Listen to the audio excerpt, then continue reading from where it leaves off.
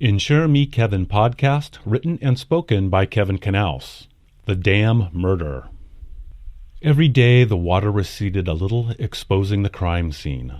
California was being squeezed by an epic drought, and Folsom Dam had to release water downstream. This was the same dam that was complicit in triggering the crime when it was under construction. When the water finally receded, the stucco columns of the porch pillars, along with the concrete foundation, were all that remained of the old Rock Spring house. Visitors curious to see the ever-expanding dry ground of Folsom Lake would walk around the remnants of the house. They didn't know they were walking over a murder scene. They didn't know the old man who had been shot dead, and that his body had been incinerated in a fire that ensued. How could they know or suspect? The old house foundation was usually under 50 feet of water. When the Folsom Dam project was finally authorized by Congress in 1948, the residents in the footprint of the proposed Folsom Reservoir knew that eventually they would have to leave their farms, ranches, and homes forever. It was a typical spring morning along the American River 5 miles north of the town of Folsom in 1952. 100 years since the big gold rush that had miners swarming across the banks of the North and South Forks of the American River, this part of rural Placer County had settled into a quiet, bucolic community.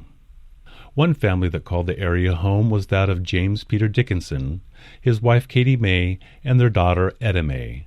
Mr. Dickinson liked to go by his middle name, Peter. 78 years old, Peter had lived through 2 world wars and the Great Depression on his ranch on the river. But in 1952, he and his daughter Etta Mae were facing the condemnation of their property so that Folsom Dam could flood the ranch with water to create Folsom Lake.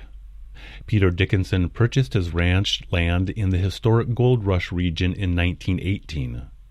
Peter and his wife Katie Mae took out a mortgage of $2,000 to purchase the 210 acres that ran all the way down to the river. They completely repaid the mortgage to Wells Fargo Bank and the Roman Catholic Bishop of the Diocese of Sacramento in 1927. It was a nice piece of property situated for growth.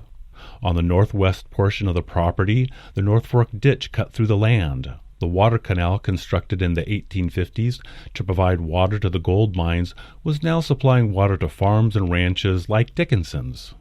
There was also Rock Spring on the property that gurgled out water year-round to keep the grass green.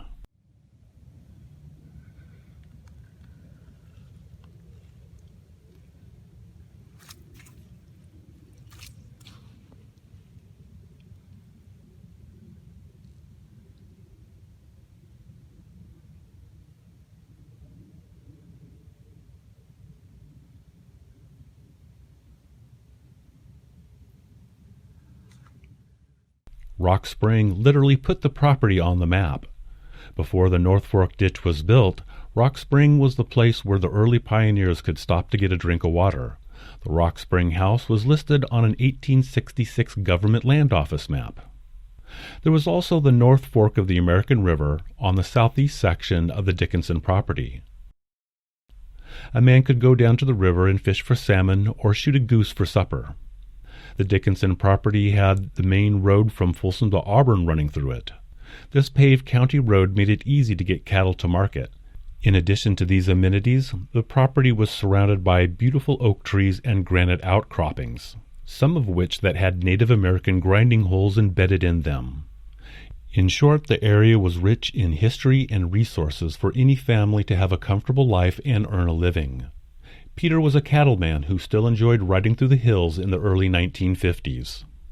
Peter's daughter, Etta Mae, was 15 years old when he bought the property that included the Rock Spring house.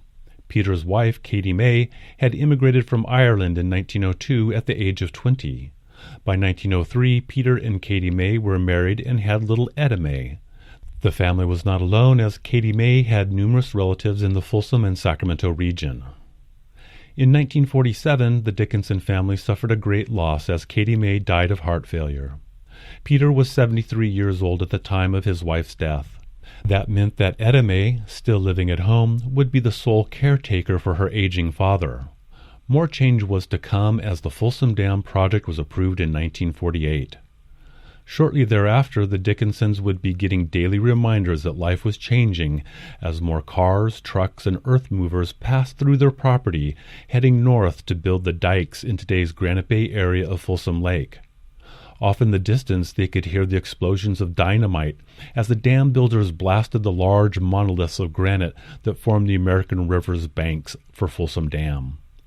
The quiet Dickinson Ranch was no longer as bucolic as it once was in 1918. Eventually, the Army Corps of Engineers contacted Peter Dickinson about selling his land. Most of the land that Peter owned would be below the high water mark of 466 feet of elevation of a full Folsom reservoir once Folsom Dam was built and the lake filled. The other portions of the Dickinson Ranch were also being acquired by the Army Corps in order to have access to all points around the reservoir. There was no escaping to higher ground on the property he already owned. He and Etta Mae would have to move. By all accounts, the prospect of moving was most stressful to Etta Mae. The Dickinsons agreed to a purchase price of $25,000 from the Army Corps of Engineers for the property. Once the settlement check arrived, dread and indecision overcame Etta Mae, and she returned the check to the government. Then the family received information that the government would be condemning the property, which meant they may actually get a smaller reimbursement amount than the $25,000 they had been offered. Etta Mae began to quarrel with her father over their future. She argued with the Army Corps of Engineers. Neighbors reported that Etta Mae was acting more erratic in the spring of 1952. On April 10th, the Auburn Journal published an artist's rendition of what the Folsom Dam would look like with the reservoir waters behind the dam. It was a subtle reminder that most of the region was looking forward to the big dam and lake to follow. There was no organized protest against the Folsom Dam project.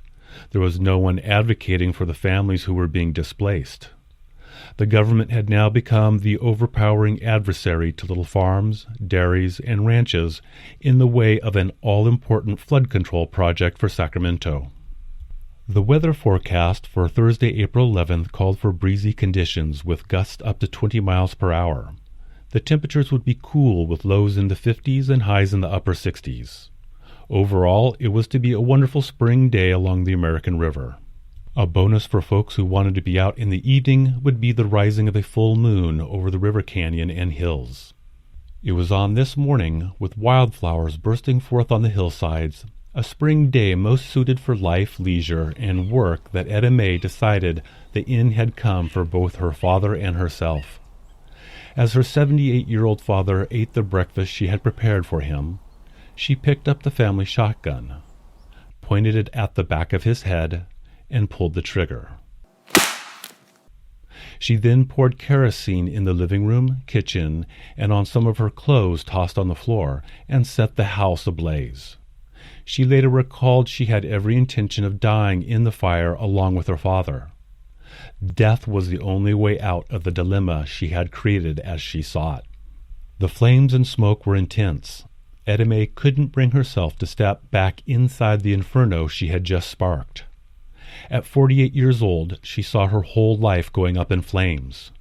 She retreated to the barn, let out the animals, and contemplated killing herself. She tried to commit suicide with a shotgun, but found it too difficult to get it in place and pull the trigger. Or maybe she just wasn't ready to die. With just the clothes on her back and the shotgun in her hand, she wandered off among the oaks, buckeyes, manzanita, and grape pines that populated the hills on their property. From a distance she watched as the neighbors and fire crew came to extinguish the house fire. The expectation from those rushing to the scene was that they would find two bodies, that of Peter and Etta Mae. Only one body was found in the ashes. Late in the afternoon, after the remains of Peter Dickinson had been removed, Etta Mae was spotted looking down upon the scene from a vantage point up on the hill behind some trees and shrubs. Realizing that she had been seen, Etta Mae hid the shotgun behind an old log nearby as Placer County Sheriff Charles Ward approached her. She walked down to the road but was hesitant. One of the neighbors, Joseph Mooney, whose family had homesteaded 160 acres on top of the ridge overlooking the river, came down to reassure Etta Mae it was fine to talk to the sheriff. After some initial false statements about the house fire, she finally admitted that she had shot her father and set fire to the house. It was apparent to the sheriff from the comments of the neighbors regarding Etta Mae's behavior and her inconsistent statement about how the fire started, along with her actions, that she may not be entirely mentally competent. He transported her up to the DeWitt State Hospital in Auburn for a mental evaluation. The primary focus of the DeWitt Hospital was on psychiatric disorders and illnesses. Etta Mae was evaluated by doctors at DeWitt and admitted into the hospital as an emergency patient Friday, April 12th. At the same time, the Placer County Sheriff was arranging for a murder warrant against her for killing her father. On Saturday, she was charged with murder and transferred to the Placer County Hospital, where she was put under observation. Etta Mae was becoming increasingly agitated at her state of affairs. She began to hit herself on the head with her shoes at the DeWitt Hospital. Upon being transferred to the county hospital, her shoes were taken from her, but she was allowed to keep her stockings. Deputy Matron Millie Roth, who was in charge of monitoring Etta Mae, testified that when she checked on her, she was wearing only a hospital gown. Previously, Etta Mae had been observed walking around her room with the stockings draped over her shoulder. But when Matron Roth checked on her on Saturday afternoon, the stockings were nowhere in sight. Speculation by Matron Roth was that Etta Mae had hid the stockings in a book that she was allowed to have in her room. Matron Roth went to supper at 4:30 in the afternoon. The last known observation of Etta Mae was of her gazing out of the window of her room. At 4:50 p.m., when Matron Roth returned, she found Etta Mae on the floor between her cot and the window with the stockings tightly wrapped and knotted around her neck. The nurses cut the stockings off and administered respiration efforts, to no avail. Dr. Everett Dick pronounced her dead at 5:05 p.m. that evening. There is little record of Etta Mae Dickinson's mental health. We do know that she quarreled with her father about making a last will and testament. Unbeknownst to her, Peter Dickinson did make a will bequeathing the property to her. The question arises as to why he would hesitate leaving the property to Etta Mae unless he had doubts about her mental capacity to run the ranch and any subsequent estate. In the fog of mental duress, this might have played a role in the logic of Etta Mae to commit suicide, as she, from her perspective, was utterly destitute and without a home. Since Etta Mae survived her father, she inherited the property, but now Etta Mae herself had died. There were 2 applications to administer the estate of Etta Mae Dickinson, one from the county coroner to become the public administrator, and another from Mrs. Mabel Brown of Folsom, who was a cousin to Etta Mae.